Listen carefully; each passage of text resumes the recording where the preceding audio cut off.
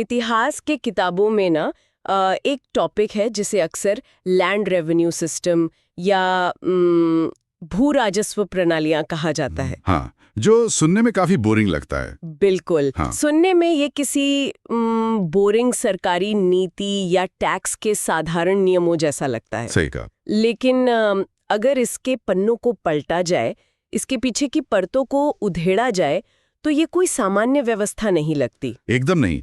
ये दुनिया के सबसे बड़े और व्यवस्थित ऑर्गेनाइज्ड क्राइम्स में से एक था। जिसने एक ही झटके में लाखों किसानों को उनकी ही पुश्तैनी जमीन पर अजनबी बना दिया। बिल्कुल। मैं तो कहूंगा कि ये एक ऐसा ढांचा था जिसे भारत के विकास के लिए नहीं, बल्कि पूरी तरह से एक शोषक मशीन की तरह डिजाइन किया गया था। हाँ, और इस मशीन का केवल एक ही काम था, भारतीय जमीन से पाई पाई निचोड़कर ब्रिटिश साम्राज्य की तिजोरी में डालना। हाँ। तो आज की हमारी इस विस्तृत चर्चा का मुख्य विषय यही है। हाँ। बिल्कुल नहीं। हमारा मिशन ये समझना है कि कैसे इन ब्रिटिश नीतियों ने भारतीय किसानों का बुरी तरह शोषण किया। सही बात है। जो लोग भी प्रतियोगी परीक्षाओं की तैयारी कर रहे हैं या जो इतिहास को सिर्फ तथ्यों से परे जाकर समझना चाहते हैं, उनके लिए ये चर्चा बहुत अहम है।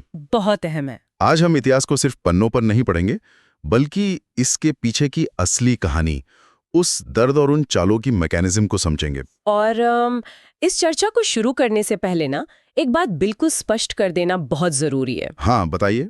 ये प्रणालियां किसी भी तरह से भारत के कृषि सुधार का हिस्सा नहीं थी। मतलब इनका एकमात्र उद्देश्य था अंग्रेजों द्वारा अधिकतम राजस्व वसूलना। Maximum revenue. हाँ, बिल्कुल। ये एक पूरी तरह से मुनाफे पर आधारित मॉडल था, जहां इंसान की जान से ज्यादा अहमियत कागज पर लिखे टैक्स की रकम की थी। बाप रे। तो चलिए इस क्राइम सीन की ना शुरुआत से पड़ताल करते हैं। चलिए। इससे पहले कि हम इन प्रणालियों के नाम और उनके काम पर आएं, एक बहुत ही बुनियादी सवाल उठता है। क्या?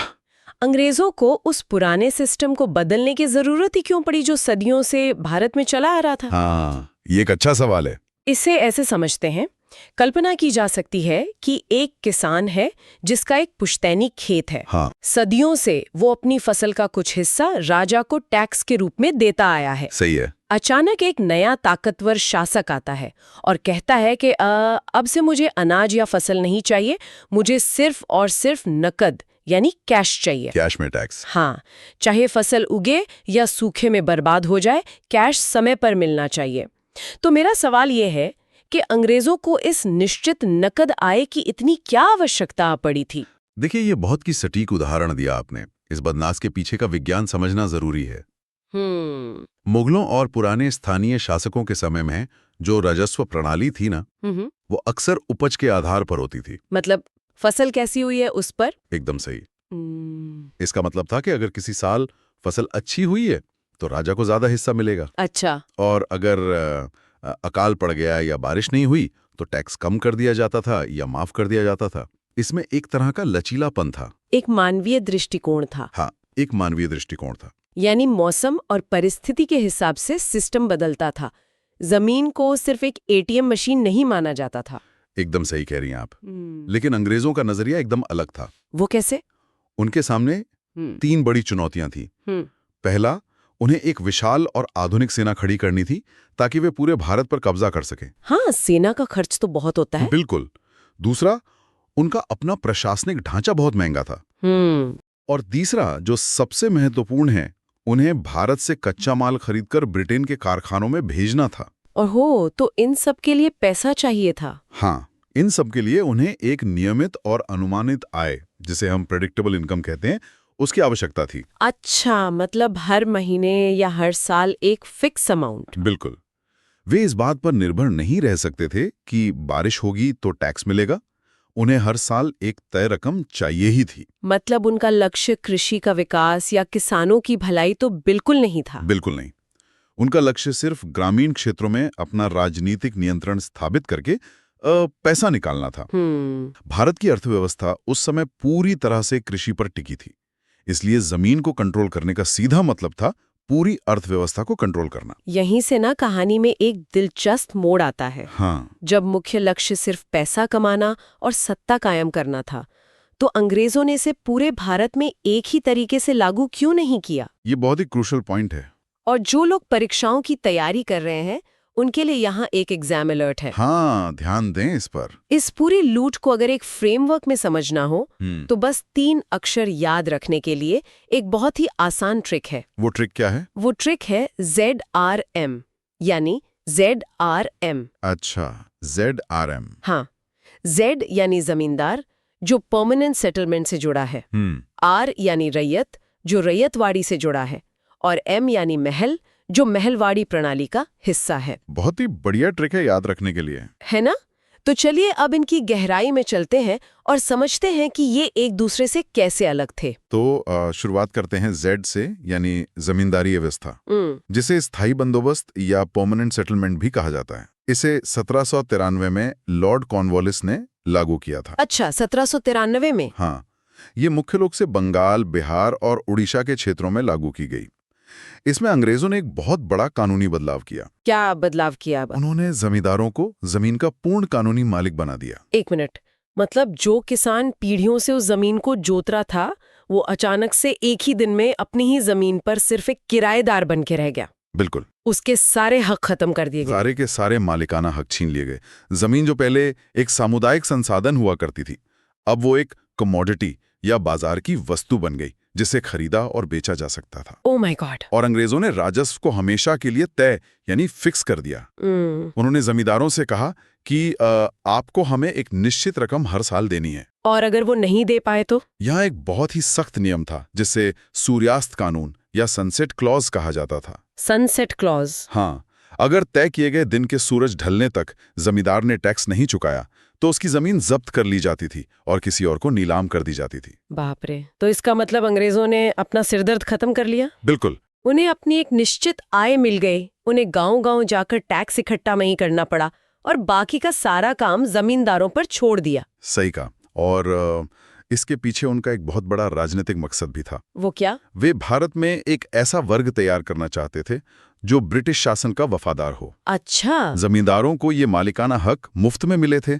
इसलिए वे अंग्रेजों के पक्के वफादार बन गए। क्या बात है, एक तीर से 2 निशाने। अब आर पर आते हैं। हाँ, रैयतवाड़ी सिस्टम। जमींदारी व्यवस्था से अंग्रेजों को एक तय रकम तो मिल रही थी, लेकिन जब उन्होंने अपना राज दक्षिण भारत की तरफ बढ़ाया तो वहां एक नई समस्या खड़ी हो गई। वहां बंगाल जैसे बड़े जमींदार थे ही नहीं, तो बिना जमींदारों के उन्होंने टैक्स कैसे वसूला? यहीं पर रैयतवाड़ी प्रणाली की शुरुआत होती है। 19वीं सदी की शुरुआत में थॉमस मुनरो और अलेक्जेंडर रीड ने इसे तैयार किया। इसे मुख्य रूप से मद्रास, बॉम्बे और असम के कुछ हिस्सों में लागू किया गया। अच्छा। चूंकि वहां बड़े जमींदार नहीं थे, इसलिए अंग्रेजों ने बिचौलियों को हटा दिया और सीधे रैयत यानी किसान के साथ समझौता किया। एक मिनट, यहाँ मुझे एक उलझन हो रही है। हाँ, पूछिए। अगर रैयतवाड़ी में अंग्रेजों ने जमींदारों यानी बिचौलियों को पूरी तरह हटा दिया था, तो तकनीकी रूप से किसानों को तो खुश होना चाहिए था ना? कागज पर तो ऐसा ही लगता है। हाँ, मुनाफा तो सीधा उनके पास बचना चाहिए था। फिर इतिहास में ये सिस्टम जमींदारी से भी ज्यादा खतरनाक कैसे साबित हुआ? ये बहुत ही शानदार सवाल पूछा आपने। कागज पर यह बहुत अच्छा लगता है कि किसान खुद अपनी जमीन का मालिक है, लेकिन असलियत बहुत खौफनाक थी। इसमें जमीन का मालिकाना हक तो किसान को दिया गया, लेकिन जो टैक्स था वो बहुत ही अमानवीय स्तर तक बढ़ा दिया गया था। कितना बढ़ा दिया गया था? उपज का 50 से 60% तक। अरे बाप रे, आधा या आधे से ज्यादा? हाँ, और परमानेंट सेटलमेंट के उलट इसमें टैक्स स्थायी नहीं था। ये मिट्टी की उर्वरता और फसल के अनुमान के आधार पर तय होता था। अच्छा। और सबसे खतरनाक बात, इसे समय समय पर बढ़ाया जा सकता था। यानी अंग्रेजों ने बिचौलियों को इसलिए नहीं हटाया कि वे किसानों का भला चाहते थे, बल्कि इसलिए हटाया ताकि जमींदारों का हिस्सा भी सीधे अंग्रेजों की ही जेब में जाए। बिल्कुल सही पकड़ा आपने। सरकार खुद ही एक बहुत बड़ी और बेहद बेरहम जमींदार बन गई। एकदम सही विश्लेषण है ये।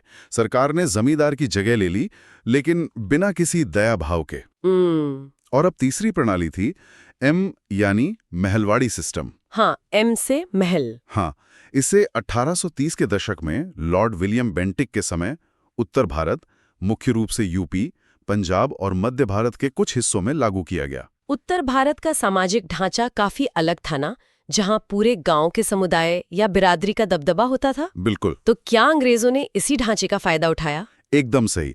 अंग्रेजों ने देखा कि उत्तर भारत में गांव के समुदाय बहुत मजबूत थे।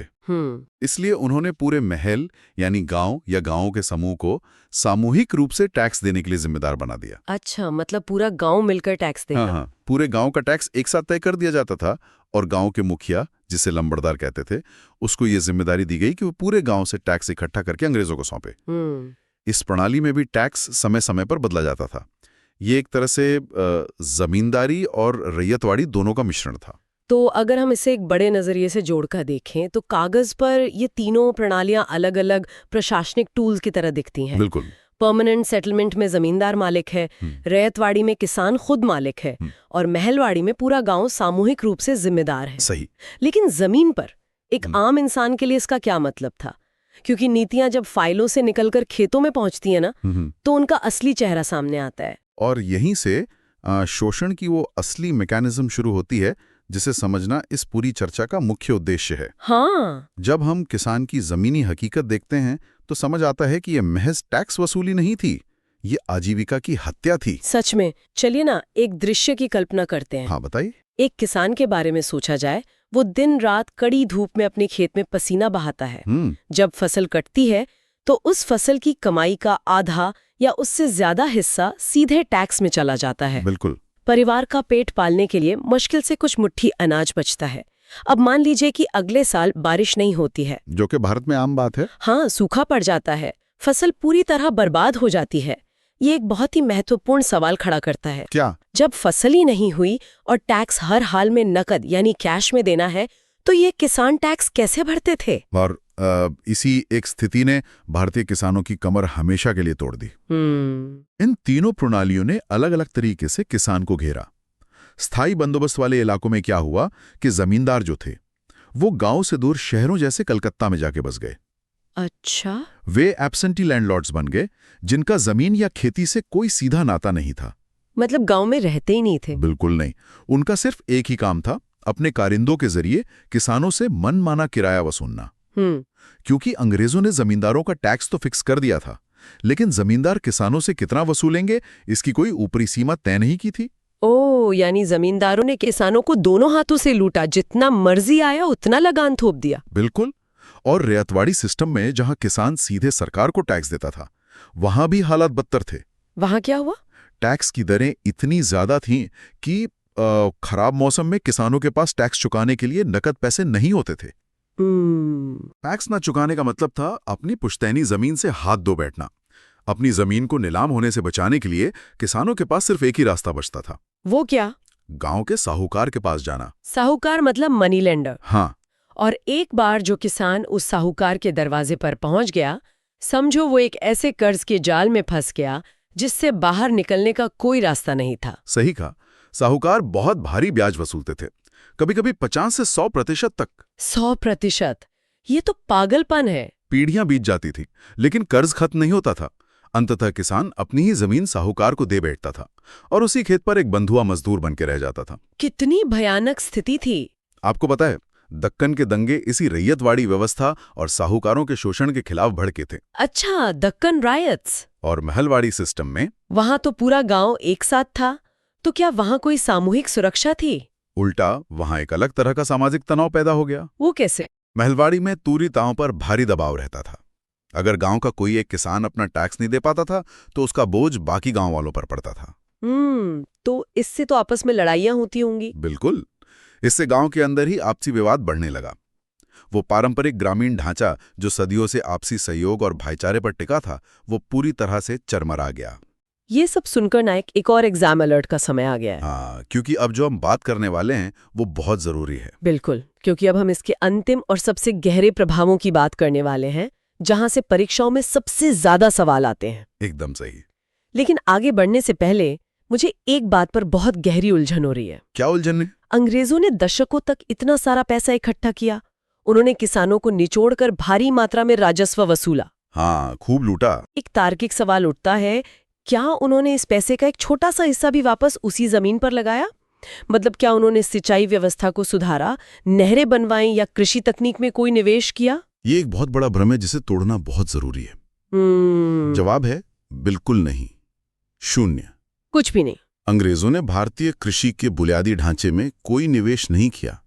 उनका सारा ध्यान सिर्फ धन की निकासी पर था। बाप रे। अगर हम परीक्षाओं के नजरिए से देखें तो इन प्रणालियों के जो भयानक प्रभाव पड़े उन्हें हम स्पष्ट रूप से 3 हिस्सों में बांट सकते हैं। कौन कौन से? आर्थिक प्रभाव, सामाजिक प्रभाव और कृषि प्रभाव। चलिए इस बात की परतों को और गहराई से खोलते हैं। सबसे पहले आर्थिक प्रभाव। आर्थिक स्तर पर किसानों के बीच भयानक गरीबी फैल गई। साहूकारों का उदय हुआ जो ग्रामीण अर्थव्यवस्था के नए शोषक बन गए। और सबसे दर्दनाक परिणाम था बार बार पड़ने वाले भयंकर अकाल। फेमाइन। ये अकाल सिर्फ बारिश न होने की वजह से नहीं पड़ते थे, ये मानव निर्मित थे। मानव निर्मित? वो कैसे? किसानों के पास अनाज का कोई भंडार ही नहीं बचा था क्योंकि सब कुछ टैक्स चुकाने के लिए बेच दिया जाता था।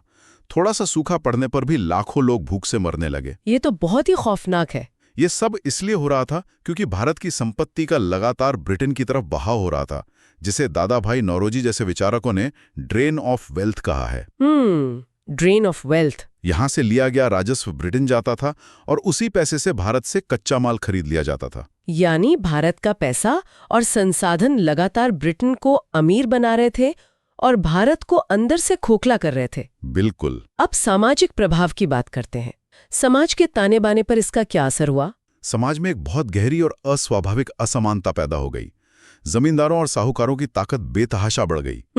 वे रातों रात बेहिसाब अमीर हो गए, जबकि जो असली मेहनत करने वाला किसान था वो पूरी तरह से भूमिहीन, गरीब और मजबूर हो गया। समाज 2 स्पष्ट और विरोधी वर्गों में बंट गया, एक शोषक और दूसरा शोषित। और अंत में कृषि प्रभाव। जिस जमीन से इतना पैसा निकाला जा रहा था उस खेती की क्या हालत हुई? खेती का पूरी तरह से वाणिज्यीकरण या व्यवसायीकरण कर दिया गया। कमर्शियलाइजेशन। हाँ, इसकी मैकेनिज्म को समझना जरूरी है। अंग्रेजों ने देखा कि ब्रिटेन के उद्योगों को कपास, नील और जूट जैसे कच्चे माल की जरूरत है। चूंकि किसानों को टैक्स चुकाने के लिए नकद चाहिए था, इसलिए ब्रिटिश एजेंट उन्हें एडवांस कर्ज देकर मजबूर करते थे कि वे खाद्य फसलों जैसे गेहूं, चावल की बजाय नकदी फसलों की खेती करें, कैश क्रॉप्स उगाएं। हाँ, तिनकठिया प्रथा इसका एक बड़ा उदाहरण थी। मतलब किसान अब वो फसल नहीं उगा रहा था जिसे वो खा सके और अपना पेट भर सके, बल्कि वो मजबूर था वो फसल उगाने के लिए जो बाजार में बिक सके, वो भी पूरी तरह से अंग्रेजों की शर्तों पर। बिल्कुल। इससे तो खाद्य संकट पैदा होना ही था। पैदा हुआ भी, और चूंकि सिंचाई या नई तकनीक में कोई निवेश नहीं हुआ था, इसलिए जमीन की उत्पादकता बिल्कुल गिर गई, कृषि का विकास पूरी तरह से रुक गया और जमीन बंजर होने लगी। तो इस सब का आखिर क्या निष्कर्ष निकलता है?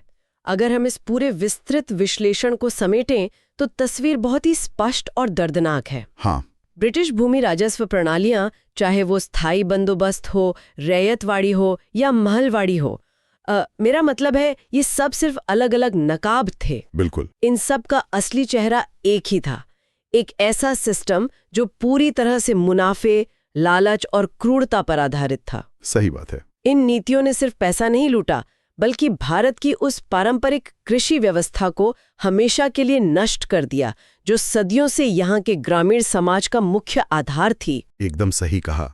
इन प्रणालियों ने भारतीय किसानों को इस हद तक कर्ज और गरीबी के जाल में धकेल दिया कि भारत लंबे समय तक आर्थिक पिछड़ेपन के एक ऐसे अंधेरे कुएं में गिर गया जिससे बाहर निकलने में उसे दशकों लग गए। ये नीतियां कोई प्रशासनिक सुधार नहीं थी, ये व्यवस्थित रूप से किया गया एक संस्थागत आर्थिक शोषण था। और इसीलिए शुरुआत में मैंने कहा था कि एक क्राइम सीन है। हाँ, बिल्कुल सही शब्द है इसके लिए। जो सिस्टम न्याय, सुरक्षा और व्यवस्था के लिए बनना चाहिए था, उसने एक पूरी पीढ़ी का भविष्य छीन लिया। जमीन जो कभी जीवनदायिनी हुआ करती थी, वो गले का फंदा बन गई। और इस चर्चा का अंत करते हुए ना, यहाँ जो सबसे हैरान करने वाली बात है उस पर गौर करना चाहिए। वो क्या है? ये है एक ऐसा सवाल है जो इतिहास के पन्नों से निकलकर आज के आधुनिक समय तक पहुंचता है।